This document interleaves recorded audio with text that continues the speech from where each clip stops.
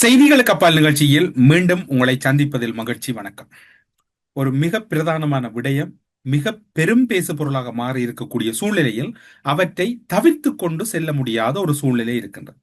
உங்கள் அனைவருக்கும் தெரியும், மட்டக்களப்பு மாவட்டத்தின் மட்டுமல்ல ஒட்டுமொத்த இலங்கையிலும் மிக பிரதானமான ஒரு நூலகமாக மட்டக்களப்பு நூலகம் அமைய பெற்றிருக்கின்றது. அதற்கான திறப்பு விழா நேற்றைய தினம் ஜனாதிபதி தலைமையிலே இடம்பெற்றது. அவற்றிலே பல கருத்து முரண்பாடுகள் அல்லது முன்னுக்கு பின் விமர்சனங்கள் முன்வைக்கப்பட்டிருந்தன. அவை தொடர்பில் அந்த மண் சார்ந்து பல கருத்துக்கள் அங்கிருக்கக்கூடிய மக்கள் புத்திஜீவிகளாலும் முன்வைக்கப்பட்டிருக்கிறது. துறைசார் கல்வியல் நிபுணர்களாலும் இந்த கருத்துக்கள் முன்வைக்கப்பட்டிருக்கின்றன. பல பாடசாலை அதிபர்கள் பலர் அதனை வெளிப்படையாக பேசுவதற்கு தயங்குகிறார்கள். பலர் எம்முடன் கதைத்தவற்றை நாம் உங்களுடன் பகிர்ந்து கொள்கிறோம். எம்மிடம் கதைத்தவற்றையும் அந்த மண்ணிலிருந்து அவர்களுக்கு எழுந்திருக்கக்கூடிய வலிகள் அல்லது அவர்களுடைய அதிருப்திகளை இந்த இந்த தளத்திலே நாங்கள் பகிர்ந்து கொள்கிறோமே ஒழிய இது ஒருபோதும் எம்முடைய தனிப்பட்ட கருத்து அல்ல என்பதையும் உங்களுக்கு நாங்கள் தெரியப்படுத்திக் கொள்கின்றோம். யாழ்ப்பாணத்திலே இடம்பெற்ற ஐக்கிய தேசிய கட்சியின் மேதின கூட்டத்திலே அமரர் சம்பந்தன் அவர்கள் சிங்கக்கொடியை பிடித்திருந்தார். அந்த சிங்கக்கொடி பிடிக்கப்பட்ட போதும் கூட நீங்கள் அதனை அவதானித்திருப்பீர்கள். அதன் பின்னர் அது கட்சிக்குள் பெரும் அதிர்வலைகளை ஏற்படுத்தி இருந்தது. அதற்கு இறுதியாக அமரர் சம்பந்தன் அவர்கள், நான் காளியின் வாகனம் என்பதனால் கையில் சிங்கத்தை ஏந்தினேன் என்று முடித்துக் கொண்டார். அதனையும் நீங்கள் பார்த்திருப்பீர்கள். அன்றைய கால பகுதியில் அவர் சிங்கக்கொடி அவருடைய கையிலே, ரணில் விக்ரமசிங்கவும் அந்த மேடையில் இருந்தார், இன்னும் பலர் இருந்தார்கள், அவருடைய கையிலே தெரியாமல் திணிக்கப்பட்டது என்று கூறினாலும் ஐக்கிய தேசிய கட்சி குறிப்பாக ரணில் விக்ரமசிங்கவை பொறுத்தவரையில் அது தெரிந்துதான் அவை பரிமாறப்பட்டிருந்ததும் இங்கு குறிப்பிடத்தக்கது. அது மட்டுமல்லாது அதன் பின்னர் பார்த்தால் ஜேவிபி மக்கள் விடுதலை முன்னணி முதலாக தங்களுடைய மேதினத்தை கொழும்பு மாவட்டத்துக்கு வெளியில் யாழ்ப்பாணத்திலே நிகழ்த்தினார்கள். அதில் சுமந்திரன் அவர்கள் சிகப்பு ஷர்ட் அணிந்து அந்த இதிலே கலந்து கொண்டதோடு அவரும் அதில் ஒரு உரையாற்றி இருந்தார். இது இரண்டாவது சந்தர்ப்பம். பிரித்தாளும் தந்திரத்தை தென்னிலங்கை ஒருபோதுமே கைவிட்டதில்லை. அது கருணாவின் பிளவிலிருந்து தொடர்ச்சியாக சந்தர்ப்பம் கிடைக்கிற போதெல்லாம் நாங்கள் தனிக்குரல் எழுப்ப வேண்டிய சூழ்நிலைகளில் எல்லாம் தென்னிலங்கையின் நிகழ்ச்சி நிரலுக்குள் திட்டமிட்டு நாங்கள் அதற்குள் வலிந்து இழுக்கப்படுகிறோம். நாங்களும் அதற்கு ஒரு காரணமாக இருக்கிறோம். அதன் பின்னர் பார்த்தால் மேதினத்தின் பின்னர் பார்த்தால் தற்போது மட்டக்களப்பு மாவட்டத்திலே நூலக திறப்பு விழா இடம்பெறுகிறது. அந்த நூலக திறப்பு விழாவிலே பல்வேறுபட்ட குளறுபடிகள் அங்கு கிட்டத்தட்ட சொல்ல போனால் அந்த மாவட்டத்திலே ஏன் இப்படி இடம்பெற்றது என்று அங்கிருக்கக்கூடிய மாநகர சபைக்கும் தெரியாது, அங்கிருந்த யாருக்கும் தெரியாது. ஆனால் நேற்றைய நிகழ்வு தொடர்பில் இன்றைய தினம் சுமந்திரன் அவர்கள் ஒரு காணொலி விட்டிருக்கிறார். அதனையும் நீங்கள் இதில் பார்க்கலாம். இப்போது பார்க்க வேண்டிய விடயம் என்னவென்று சொன்னால் மிக பிரதானமானது. கடந்த நாடாளுமன்ற தேர்தலில் ஒட்டுமொத்த இலங்கையும் முழுமையான வெற்றியடையக்கூடிய வாய்ப்பு இருந்தது என்பிபி தேசிய மக்கள் சக்திக்கு. மட்டக்களப்பை பொறுத்தவரையில் அவை அசாத்தியமாக்கிய சூழ்நிலையையும் நீங்கள் மறந்திருக்க மாட்டீர்கள். அந்த சூழ்நிலையை எப்போதும் என்பிபி பெரும் பின்னடைவாகவே பார்த்து கொண்டிருந்தது. படுதோல்வி அடைந்த என்பிபி ஆனது அதனை சாதகமாக பயன்படுத்துவதற்கு சுமந்திரனை பயன்படுத்தினார்களோ என்கின்ற சந்தேகம் பலரிடம் இருக்கின்றது. காரணம் என்னவென்று சொன்னால், சுமந்திரனை பொறுத்தவரையில் அனைத்திலும் படுதோல்வி அடைந்த நிலையில் அனுரவை பொறுத்தவரையில் அது தமக்கு ஒரு பிரித்தாளும் தந்திரம் மட்டுமல்ல, கட்சிக்குள்ளும் பெரும் அதிர்வுகள் ஏற்படலாம் என்பது அனுரவினுடைய நம்பிக்கையாக இருந்தது. சுமந்திரனை முன்னிலைப்படுத்தினால் கட்சிக்குள்ளும் மக்களுக்குள்ளும் குழப்பம் ஏற்படும். அது மட்டுமல்லாது பிரதேச ரீதியாக கூட ஒரு குழப்ப நிலை முன்வைக்கப்படலாம் என்பது அனுரவின் எதிர்பார்ப்பாக இருந்திருக்கலாம் என்பது அங்கிருக்கக்கூடியவர்களின் எதிர்பார்ப்பாக இருக்கின்றது. அந்த நிகழ்வு ஏற்பாடு தொடர்பில் மாநகர சபையோடு உரையாடக்கூடிய வாய்ப்பு கிடைத்தது. அதன் பின்னர் அந்த நிகழ்வு ஏற்பாட்டு குழுவினரோடு உரையாடக்கூடிய வாய்ப்பு கிடைத்தது. ஆனால் எதிலும் சுமந்திரன் கலந்து கொள்வதற்கான வாய்ப்பு இருப்பது அல்லது கலந்து கொள்ள முடியாத சூழ்நிலை என்றுதான் கூறப்பட்டது. ஆனால் அதற்கு ஒரு ஆதாரமாக அனுரகுமார திசாநாயக்க தன்னுடைய முகநூல் பக்கம் எந்த இடத்திலும் சுமந்திரன் திரை நீக்கம் செய்வதையோ அல்லது சுமந்திரன் பங்கு பெற்றிய புகைப்படங்களையோ வைக்கவில்லை அல்லது பதிவேற்றவில்லை. அது என்ன காரணம் என்று தெரியாது. ஆனால் ஒரு காணொளியில் அனுரகுமார மிகவும் வசமாக சிக்கி இருக்கிறார். எப்படி என்றால், அரசு நெறிமுறைகள் அல்லது புரோட்டோகால் படி உண்மையிலே சொல்ல போனால் அந்த அடிப்படையிலே அந்த நகரத்தினுடைய முதல் குடிமகன் அல்லது அந்த நகரத்தினுடைய முதன்மையாக இருக்கக்கூடியவர் நகரபிதா, அவருக்குத்தான் அந்த இடத்திலே ஜனாதிபதி கலந்து கொண்டாலும் கூட அவருக்குரிய சிறப்பு என்பது மிக முக்கியமாக இருக்கிறது. ஆனால் அந்த இடங்களில் கூட அந்த பிரதி முதல்வரினுடைய குறுக்கீடு அல்லது தலையீடு என்பது அவருடைய முக்கியத்துவத்தை குறைத்திருந்ததும் இங்கு அவதானிக்கப்பட வேண்டியிருக்கிறது. அதை எத்தனை பேர் பார்த்தீர்களோ தெரியாது. ஆனாலும் கூட நுழைவாயில் பகுதியில் மட்டக்களப்பு மாவட்டத்தின் 2 நாடாளுமன்ற உறுப்பினர்களை ஜனாதிபதி அவமதித்த ஒரு சம்பவம் இடம்பெற்றிருந்தது. மாவட்டத்தின் நாடாளுமன்ற உறுப்பினர்களான ஞானமுத்து ஸ்ரீநேசன் மற்றும் வைத்திய ஸ்ரீநாத் போன்றவர்கள் மக்களின் சார்பில் ஜனாதிபதியை வரவேற்பதற்காக மரியாதையின் நிமித்தம் நுழைவாயில் பகுதியில் காத்திருந்த போது இருவரும் அவரை கைலாக கொடுத்து வரவேற்பதற்கு முற்பட்ட போது அந்த காணொலியை பார்க்கலாம். ஸ்ரீநேசனை அவர் கண்டுகொள்ளவில்லை, அடுத்து ஸ்ரீநாத்தையும் அவர் கண்டுகொள்ளவில்லை. அவர் அப்படியே கடந்து செல்கின்ற போது அந்த முன்பக்கத்திலே நின்ற சுமந்திரனை தாவி அணைத்து முன்னுக்கு அழைத்துக் கொள்ளுகின்றார். அவர் சுமந்திரன் முன்னுக்கு வருகிறார். அப்படியே அப்போதே இந்த நெருக்கம் புரிந்திருக்கும் என்று உங்களுக்கு புரியக்கூடியதாக இருக்கும். அது மட்டுமல்ல, சுமந்திரன் முன்னே வருகின்றார். அந்த மண்ணுக்கும் நூலகத்துக்கும் தொடர்பில்லாத சுமந்திரனை அழைக்கும் ஜனாதிபதி அழைத்த உடல் மொழி அல்லது அவருக்கு கொடுத்த முக்கியத்துவம், கை கொடுக்க முற்பட்ட போது ஸ்ரீநேசன் ஏதோ ஒரு வழிபோக்கர் போன்ற அந்த கையை நீட்டுகின்ற போது அவர் கண்டுகொள்ளாமல் சென்றது, ஸ்ரீநாத்தை பார்த்தவுடன் அவர் பார்த்து கைகளை கொடுக்காது, சுமந்திரனை கண்டவுடன் அவர் ஏதோ ஒரு அதிசயம் நிகழ்ந்து விட்டது போல் ஜனாதிபதி தன்னுடைய உடல் மொழியை மாற்றிக்கொண்டதை இந்த காணொலி பார்க்கலாம். ஆனால் அவர் என்ன காரணம் தெரியாது. அவருடைய முகநூல் பக்கத்திலே சுமந்திரனுடைய நேற்றைய புகைப்படங்கள் எதுவும் இல்லை. தென்னிலங்கையில் போய் சுமந்திரனுக்கு எதிரென்று கூறுவதும், வடக்கு கிழக்கில் சுமந்திரன் இல்லாமல் நான் இல்லை என்று கூறுவதும் தான் அர்த்தமோ ஜனாதிபதியின் நிலைப்பாடு தெரியாது. ஆனால் சுமந்திரனை அழைத்த அந்த ஆழமான உடல் மொழி அல்லது அவர்களுடைய 2 பேருடைய இந்த நெருக்கம் என்பது உங்கள் அனைவருக்கும் பார்த்தால் தெரியும். அதாவது ஒரு சன நெரிசலான இடத்தில் நாம் அழைக்காத அல்லது நாம் எதிர்பாராத ஒருவரை கண்டால் எப்படி அந்த இடத்தில் எங்களுடைய முகபாவனை அல்லது எங்களுடைய உடல் மொழி இருக்கும் என்பதற்கு ஜனாதிபதியினுடைய இந்த நிலைப்பாடு மிகச் சான்றாக இருக்கின்றது. அது மட்டுமில்லாது இன்னும் ஒரு சான்றையும் நாங்கள் பார்க்க வேண்டியிருக்கிறது. மட்டக்களப்பு நூலகம் தொடர்பில் பல்வேறுபட்ட வாத பிரதிவாதங்கள் முன்வைக்கப்பட்டுக் கொண்டிருக்கின்றன. இந்த நூலகத்துக்கு எந்த வகையிலும் தொடர்பில்லாத சுமந்திரன் எனும் ஆர்வக்கோளாறு அரசியல்வாதியை வலுக்கட்டாயமாக இந்நிகழ்வில் திணிந்து விட்டது சுமந்திரன் அதற்கு விரும்பியோ விரும்பாமலோ அதில் இணைந்து கொண்டமையெல்லாம் கிழக்கு மாகாண மக்கள் மட்டுமல்ல, பல புத்திஜீவிகள் மத்தியில், அதாவது கிழக்கு மாகாணத்தை கடந்து பலரிடமும் ஒரு பெரும் அதிர்வலைகளை ஏற்படுத்தி இருக்கின்றது. அதனோடு கடந்த காலங்களிலே மிகவும் பிரதானமான மூலதனமாக இருந்த பிரதேசவாதத்தின் வாடைகள் எல்லாம் விதைக்கப்பட்டு அதுவே மூலதனம் என்று உலாவிய காலங்கள் கடந்து அதன் மூலம் பல விடயங்களை சாதிக்க முனைந்தவர்கள் எல்லாம் நீர்த்து போன பின்னர் அது இப்போது ஒரு செயலிழந்து சூழ்நிலை இருக்கின்றது. கிழக்கு மாகாணத்தை பொறுத்தவரையில் பிரதேசவாதம் என்பது, அந்த பிரதேசவாதத்தை கதைப்பவர்கள் யார் என்று சொன்னால் வடமாகாணத்திலே மிகவும் நெருக்கமாக இருக்கக்கூடியவர்கள், தொழில் ரீதியாக அல்லது திருமண ரீதியாக குடும்ப ரீதியாக உறவோடு இருக்கக்கூடியவர்கள் தங்களுடைய லாபத்துக்காக தங்களுடைய எதிர்காலத்துக்காக இந்த பிரதேசவாதத்தை கதைப்பவர்கள். ஆனால் அந்த வடக்கும் கிழக்கும் இந்த 2 பகுதியில் இருக்கக்கூடிய மக்களிடமும் அந்த அந்நியோன்யம் இப்போதும் இருக்கிறது. பல்கலைக்கழக மாணவர்களாக இருக்கலாம், மற்றும் தொழில்சார் நிபுணர்களாக இருக்கலாம், சாதாரண மக்களாக இருக்கலாம், பல விவசாயிகளாக இருக்கலாம், பலரிடமும் அந்த நெருக்கம் இருக்கிறது. இதற்கு சில அரசியல் கட்சிகளும் அரசியல் கூறுகளும் காரணமாக இருக்கிறது. ஆனாலும் கூட இப்போது மீண்டும் சமூக வலைத்தளங்களிலே இளையவர்கள் மத்தியிலே ஒரு உரையாடப்படுகிறது. யார் இவர்? எங்களிடத்தில் ஏன் இவர் வர வேண்டும்?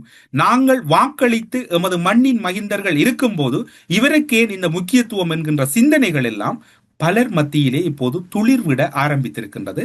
அது இப்போது மீண்டும் அதற்கான ஒரு உயிர்ப்பு கொடுக்கப்படுகிறது. கிட்டத்தட்ட ஏன் இந்த கருத்து என்று சொன்னால், நிகழ்ச்சி நிரலில் பேர் இல்லை, ஒரு ஜனாதிபதி வருகின்ற நிகழ்வில் பேர் பட்டியலில் பேர் இல்லை, மாநகர நிர்வாகத்துக்கு இவர் கலந்து கொள்ளுகின்ற விவகாரம் தெரியாது. அப்படி என்றால் எப்படி வருவது? அப்படி என்றால் ஜனாதிபதியின் பாதுகாப்பில் குறைபாடு இருக்கிறதா என்கின்ற கேள்வியும் எம்மத்தியிலே எழுகின்றது. அது மட்டுமல்லாது இப்போது நாம் இப்போது உங்களுக்கு கூப்பிடும், யார் இவர், ஏன் இவர்கள் வந்தார்கள் என்று கேட்கின்ற போது, நேற்றைய தினம் என்பிபியின் மட்டக்களப்பு மாவட்ட முக்கியஸ்தராக இருக்கக்கூடிய அனுரகுமார அழைக்கின்றார் திரை நீக்கம் செய்வதற்கு. அனுரகுமார தோளிலே கை போட்டுக் கொண்டு செல்லுகின்றார், இவரை அழைத்துக் கொண்டு செல்லுகின்றார்.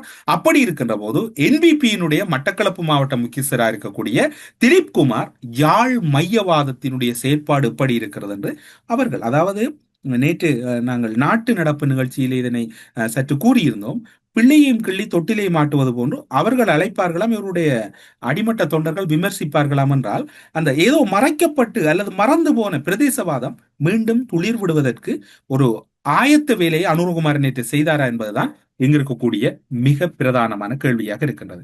நல்லாட்சி கால பகுதியில் கல்முனை தமிழ் பிரதேச செயலக உருவாக்கக்கூடிய சந்தர்ப்பங்களை தமிழ் தேசிய கூட்டமைப்பாக பலமுறை சந்தர்ப்பங்கள் கிடைத்தும் நழுவ விட்டிருக்கின்றார்கள். 2015 தொடக்கம் 19 வரையான காலப்பகுதியில் அவர் தவறவிடப்பட்டது. அக்காலப்பகுதியில் தன்னை ஒரு நிழல் பிரதமராக பல்வேறு மட்டங்களிலே வலம் வந்த சுமந்திரன் அவர்கள் அது தொடர்பில் எந்த ஒரு ஈடுபாடும் காட்டாமையின் பின்னர் கிழக்கு மாகாணத்திலே சுமந்திரன் மீதான அதிருப்தி அதிகரித்திருந்தது. கடந்த நாடாளுமன்ற தேர்தலிலும் சுமந்திரன் அவர்கள் கலந்து கொள்ளவில்லை என்பதை மட்டுமல்ல, எந்த ஒரு பிரச்சாரத்துக்கும் அல்லது எந்த ஒரு நிகழ்வுக்கும் சுமந்திரன் அழைக்கப்படவில்லை. மட்டக்களப்பு மாவட்டத்தை பொறுத்தவரையில் அதில் அந்த கட்சியிலே நாடாளுமன்ற உறுப்பினர் ஒருவர் மிக அவதானமாக இருந்தால் சுமந்திரன் அழைத்து வரப்படக்கூடாது என்பதில் அவர்தான் அவருக்குரிய நெருக்கத்துக்குரியவராகவும் இருக்கக்கூடியவர். சில வேளை அது தேர்தலில் பின்னடைவை சந்தித்து விடும் என்பதனால் இப்போது அந்த நிழல் பிரதமர் ஒரு அதிகாரம் மையம் என்றெல்லாம் கூறியதெல்லாம் நாம் கூறவில்லை.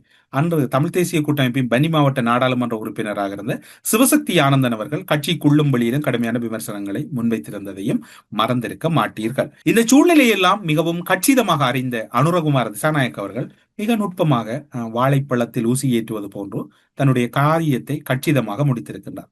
மட்டக்களப்பு மாநகர சபை அழைக்கவில்லை. இதற்கு சாட்சியாக நிகழ்ச்சி நிரல் உள்ளது, நீங்கள் இப்போது பார்க்கலாம்.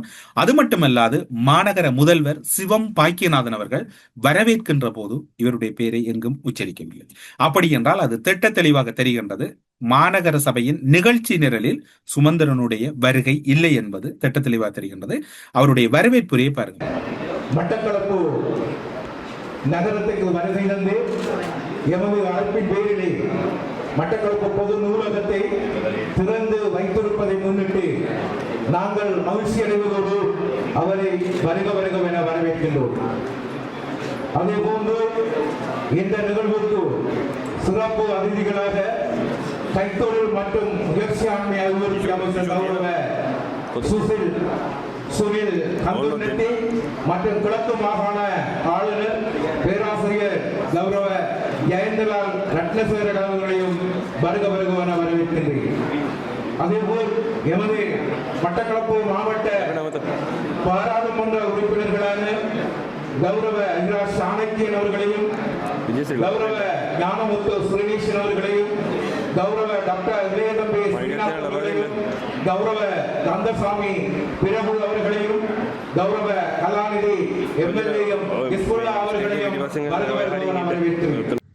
மாவட்டத்தின் நிகழ்வு யாரால் ஒழுங்குபடுத்தப்பட்டது, யாருக்காக ஒழுங்குபடுத்தப்பட்டது? ஜனாதிபதிக்காகவோ அல்லது கொழும்பிலிருந்து வருபவர்களுக்காகவோ அல்ல. அது அந்த மண்ணின் மாண்பையும் அந்த மக்களினுடைய வெளிப்படுத்தலையும் செய்வதற்காக. මේ උපුස කාලයට ජනාධිපතිතුමාව ආරාධනා කරා කියලා මට කියපු වෙලාවම මට දන්නවා ජනාධිපතිතුමා කොහොමත් මේකට එනවා කියලා. නෑ යාපනයේ උපුස කාලය ගැන ඔබතුමා නිතරම කතා කරනවා. ඒ යනකොට සෙරපු ගලවලා තමයි මිනිස්සු ඇතුළට යනවා කියන එක. ළඟදීමත් මේ කම්බන් බුලාවේකෙත් ඒ ගැන ඔබතුමා සඳහන් කරා. ඒක පමණක් නෙවෙයි ජනපතිතුමා මේකට ආපු නිසා මම ස්තුති කරනවා. ඒකටත් එහාට ඒ ප්ලාක් එක විවෘත කරන වෙලාවේ මට ඒක විවෘත කරන්න කියලා ආරාධනා කරා. ඒකටත් මම ස්තුති කරනවා. சிங்களத்தில் உரையாற்ற வேண்டிய தேவை எதற்காக அந்த இடத்தில் இருக்கின்றது? ஜனாதிபதிக்கு தேவை ஏற்படுகின்ற பட்சத்தில் அவர் செல்லுகின்ற இடமெல்லாம் அவர் ஒரு பிரத்யேக மொழிபெயர்ப்பாளரோடு செல்லுகின்றார். அப்படியே அந்த இடத்தில் சிங்களத்தை திணித்தமை என்பது கூட அது வடக்கு கிழக்கிலும் கூட சிங்களம் வேண்டும் என்கின்ற ஒரு நிலைப்பாட்டை சுமந்திரன் எடுக்கின்றார். இது எமது கருத்துல அங்க இருக்கக்கூடிய பல புத்திஜீவிகளுடைய எதிர்ப்பாக இருப்பது, ஏன் சிங்களத்தில் உரையாற்ற வேண்டும்? அவர் உடனே கூறுவார், மொழி தெரிந்ததனால் தான், அவர் 3 மொழி புலமையால் தான் அவரை மேடையேற்றினோம் என்று மட்டக்களப்பில் இருக்கக்கூடிய சின்ன மேளம் யாருக்கும் கதை சொல்லக்கூடும். எனவே இங்கு மொழி அல்ல முக்கியம், அந்த இனத்தினுடைய அடையாளமான மொழிதான் முக்கிய மொழியை, சிங்கள மொழி அல்ல இங்கு முதன்மைப்படுத்த வேண்டும். அவருடைய உரை தமிழில் இடம்பெற்றிருக்க வேண்டும் என்பது அங்கிருக்கக்கூடிய அதிகளவான மக்கள் மற்றும் பல புத்திஜீவிகளுடைய எதிர்பார்ப்பாக இருக்கிறது. அவையும் இங்கு தகர்க்கப்பட்டிருக்கிறது. ஒட்டுமொத்தத்தில் சுமந்திரன் வரவென்பது மட்டக்களப்பில் ஆண்டாண்டு காலமாக பின்பற்றி வந்த அல்லது பின்பற்றப்பட்டு வந்து கொண்டிருக்கக்கூடிய பல மரபுகள் உடைக்கப்பட்டு இது ஒரு தென்னிலங்கை நிகழ்ச்சி போன்று சுமந்திரனுடைய செயற்பாடு மாறி இருக்கின்றமையும் இன்னும் ஒரு விமர்சனமாக பலரால் பார்க்கப்படுகிறது. மட்டக்களப்பு மாநகரத்தின் முன்னாள் முதல்வர் தியாகராஜா சரவணபவன் அவர்கள் திட்டமிட்ட வகையிலே அவர் அவமதிக்கப்பட்டிருக்கிறார் அல்லது புறக்கணிக்கப்பட்டிருக்கிறார் என்பது திட்ட தெளிவாக தெரிகின்றது. நூலக உருவாக்கத்தில் பெரும் பங்கு வகித்த முன்னாள் முதல்வர் சரவணபவன் அவர்கள் திட்டமிட்டப்பட்ட வகையிலே இந்த இடத்திலிருந்து அகற்றப்பட்டிருக்கின்றார் அல்லது அதற்குரிய வாய்ப்புகள் கொடுக்கப்படவில்லை. அவருக்கு ஒதுக்கிய கதிரை முதலாவது பட்டியல் அவர்கள் நுழைவதற்கான பட்டியலில் சுமந்திரனின் பேரில்லை, அவர் செல்லுகிறார். முன்னாள் மாநகர முதல்வர் செல்வதற்கான வாய்ப்புகளை நோக்கி முதலாவது பட்டியலில் அவரில் பெயர் இல்லை, இரண்டாவது பட்டியலில் அவருடைய பெயர் 83வது இடத்தில் இருக்கின்றது. அவருக்கு ஒதுக்கப்பட்டிருக்கக்கூடிய கதிரையை பாருங்கள், ஒரு பின்வரிசையில் ஒரு சாதாரணமான கதிரையில் இருக்கிறார். இந்நூலகத்துக்கு பாடுபட்ட புத்திஜீவிகள் முக்கியஸ்தர்கள் எல்லாம் புறக்கணிக்கப்பட்டு ஓரங்கட்டப்பட்ட நிலையில் சுமந்திரனை என்பிபி முன்னிலைப்படுத்தியனுடைய நோக்கம் என்ன, அதனுடைய பின்னணி என்னவாக இருக்கின்றது? இப்போது என்பிபி அரசு தன்னுடைய நிலைப்பாட்டை எப்படி தெளிவுபடுத்த போகிறது? கட்சியால் அல்லது மக்களால் நிராகரிக்கப்பட்ட ஒருவருடைய செல்வாக்கை அறிந்த அனுரகுமார திசாநாயக்க இதில் நுட்பமாக செயற்பட்டாரா? என்பிபி அரசு அல்லது அனுர தலைமையிலான அரசு சுமந்திரனை மையப்படுத்தி வடக்கு கிழக்கு பிரதேசவாதத்தை விதைப்பதற்கு முற்படுகிறார்களா? அல்லது இலங்கை தமிழரசு கட்சியின் பலம் மிக்க அல்லது செல்வாக்கு மிக்க மாவட்டமாக இருக்கக்கூடிய மட்டக்களப்பு மாவட்டத்தில் சுமந்திரனை களமிறக்கினால் ஒரு குழப்பமான நிலை ஏற்படும் கட்சிக்குள்ளும் மக்களுக்குள்ளும். அந்த காலப்பகுதியை அதனை தமக்கு சாதகமாக பயன்படுத்தலாம் என்று நினைக்கிறார்களா என்கின்ற சந்தேகமும் இருக்கின்றது. இப்போது பொதுவாகவே இந்த சூழ்நிலைகளை எல்லாம் நீங்கள் பார்த்திருப்பீர்கள். அவர் வடக்கு கிழக்கை நாம் ஒருபோதும் தொடுவதற்கு அனுமதிக்க மாட்டோம் என்று மே தினத்திலே குறிப்பிட்டார். நீங்கள் இப்போது அதனை பாருங்கள். வடக்கு கிழக்கை நீங்கள் தொட முடியாது, தொட நாங்கள் இடமளிக்க மாட்டோம். அதாவது யுத்த வெற்றி விழாவில் இனி ஒருபோதும் ஆயுத கலாச்சாரம் ஏற்படுவதற்கு நாங்கள் அனுமதிக்க மாட்டோம் என்று அனுரகுமார கூறியதனால் தான் அங்கு செல்ல வேண்டி வந்தது என்கின்ற அர்த்தம் பட இன்னும் ஒரு காணொலியை வெளியிடுகிறார். சுமந்திரன் இன்னும் ஒரு காணொலியை வெளியிடுகிறார். அது மட்டும் நாங்கள் நாடாளுமன்றத்திலே நாங்கள் மூன்றாவது பெரிய கட்சி என்கின்ற கூற்றையும் அவர் கூற்றையும் தெளிவுபடுத்துகிறார். அப்படி என்றால் மூன்றாவது பெரிய கட்சி என்றால் நாங்கள் செல்லலாம். இப்போது அது அல்ல விவகாரம். சுமந்திரன் கூறுவது எதுவுமே அல்ல விவகாரம். இப்போது உங்கள் முன்னிலையில் இருக்கக்கூடிய விவகாரம் என்னவென்று சொன்னால், இந்த திரைச்சீலை நீக்கம் இடம்பெறுகிற போது அந்த நூலகத்திலே எவ்வளவோ ஒரு முக்கியத்துவம் வாய்ந்த இடத்திலே அந்த மக்கள் பிரதிநிதி ஜனாதிபதியால் புறக்கணிக்கப்பட்டிருந்தார். மாநகர சபைக்கு உங்களை அழைத்தது யார்? சுமந்திரனாகிய உங்களை ஜனாதிபதி செயலகம் அழைத்ததா? இன்னும் ஒரு கருத்து முன்வைக்கப்படுகிறது. அந்த மேடையில் இருந்த சில முக்கியஸ்தர்களுடைய கருத்தின் அடிப்படையில் பார்க்கின்ற போது சுமந்திரன் அவர்களுக்கான ஏற்பாடும் சிவம்பாக்கியனான் அவர்களுக்கான முக்கியத்துவமும் குறைக்கப்பட்டது முக்கியமாக அங்கு பார்க்கப்பட்டிருக்கின்றது. அது மட்டுமல்லாது பிரதி முதல்வர் பல இடங்களிலே முன்னிலைப்படுத்தப்பட்டிருக்கிறார். இது திட்டமிட்ட வகையில் மட்டக்களப்பு மாவட்டத்தில் ஒரு முக்கிய நாடாளுமன்ற உறுப்பினரின் நிகழ்ச்சி நிரல் என்கின்ற கோணத்தில் இது பேசப்படுகிறது. அது மட்டுமல்லாது இந்த விவகாரத்திலே ஜனாதிபதி உண்மையிலே ஜனாதிபதி செயலகத்தின் சார்பில் அழைப்பு விடவில்லை. ஆனால் ஜனாதிபதி சுமந்திரனை தொலைபேசி வாயிலாக அழைத்திருப்பதற்கான அதிக சந்தர்ப்பங்கள் இருப்பதாக கூறப்படுகிறது. காரணம் என்னவென்று சொன்னால், அப்படி அழைக்காத இடத்துக்கு சுமந்திரன் ஒருபோதும் வரமாட்டார். அவர் இந்த பொது வழியில் வந்து தன்னை குறைத்துக் கொள்ள ஒருபோதும் விரும்ப மாட்டார். அப்படி இருக்கின்ற போது ஜனாதிபதி மாநகர சபைக்கு தெரியாமல் நிகழ்ச்சி நிரலுக்கு அப்பால் சுமந்திரனை அழைத்திருக்கின்றார். தனக்கு இணையான முக்கியத்துவத்தை அந்த இடத்திலே கொடுத்திருக்கின்றார். அப்படியாயின் அந்த புரோட்டோகால், அது அரச நடைமுறை என்பது அங்கு மீறப்பட்டிருக்கின்றது. அங்கு இருந்த நாடாளுமன்ற உறுப்பினர்கள் யாரும் மதிக்கப்படவில்லை. இதே வேலையைத்தான் தொடர்ச்சியாக அனுரகுமார திசாநாயக்க செய்து வருகிறார். கிட்டத்தட்ட தமிழ் மக்களின் விருப்பங்களுக்கு மாறாக அனுரகுமாரவின் செயற்பாடு அனுமதிக்க முடியாது. இந்த தளத்திலே அவருடைய பல நல்ல காரியங்களை நாங்கள் இதிலே பலவிதமாக சிலாகித்து சொல்லி இருக்கிறோம். குறைகள் விடுகின்ற போது சுட்டிக்காட்ட வேண்டிய கடமை இருக்கின்றது. சுமந்திரனை அழைத்து வந்தது சிக்கல் அல்ல. அந்த இடத்திலே கொடுத்த முக்கியத்துவம் என்பது அந்த மண்ணில் இருக்கக்கூடியவர்களுக்கு கொடுக்க வேண்டிய முக்கியத்துவம் ஏன் சுமந்திரனுக்கு கொடுக்கப்பட்டது. திரைச்சீலை நீக்கமும் ஒரே ஆள், அந்த உரையாற்றுவதும் ஒரே ஆள் என்றால் அந்த மக்கள் பிரதிநிதி எதற்காக அங்கு இருக்கிறார்கள்? அங்கு இருக்கக்கூடியவர்கள் பேச வேண்டும். மட்டக்களப்பு மாவட்ட மக்கள் பலரும் கூறுவது போன்றும் மட்டக்களப்பு மடையர்களா என்கின்ற ஒரு கேள்வியை பலரும் சமூக வலைத்தளங்களில் முன்வைக்கின்றார்கள். அந்த சூழ்நிலை எழக்கூடாது. காரணம் என்னவென்று சொன்னால், எங்கோ இருந்து வந்த ஒருவர் உரையாற்றுவதும் திரைச்சீலை நீக்கம் செய்வதும் என்றால் அங்கு நாடாளுமன்ற உறுப்பினர்கள் மக்கள் பிரதிநிதிகள் 5 இருக்கின்றார்கள். அந்த கட்சியைச் சேர்ந்த ஒருவர் இருக்கின்றார். தமிழரசு கட்சியிலே 3 இருக்கின்றார்கள். இவர்களை எல்லாம் தவிர்த்து இது கட்சி நிகழ்வு என்றால் அது சரி. அப்படி இல்லாத போது இதனை எப்படி அனுமதிப்பது?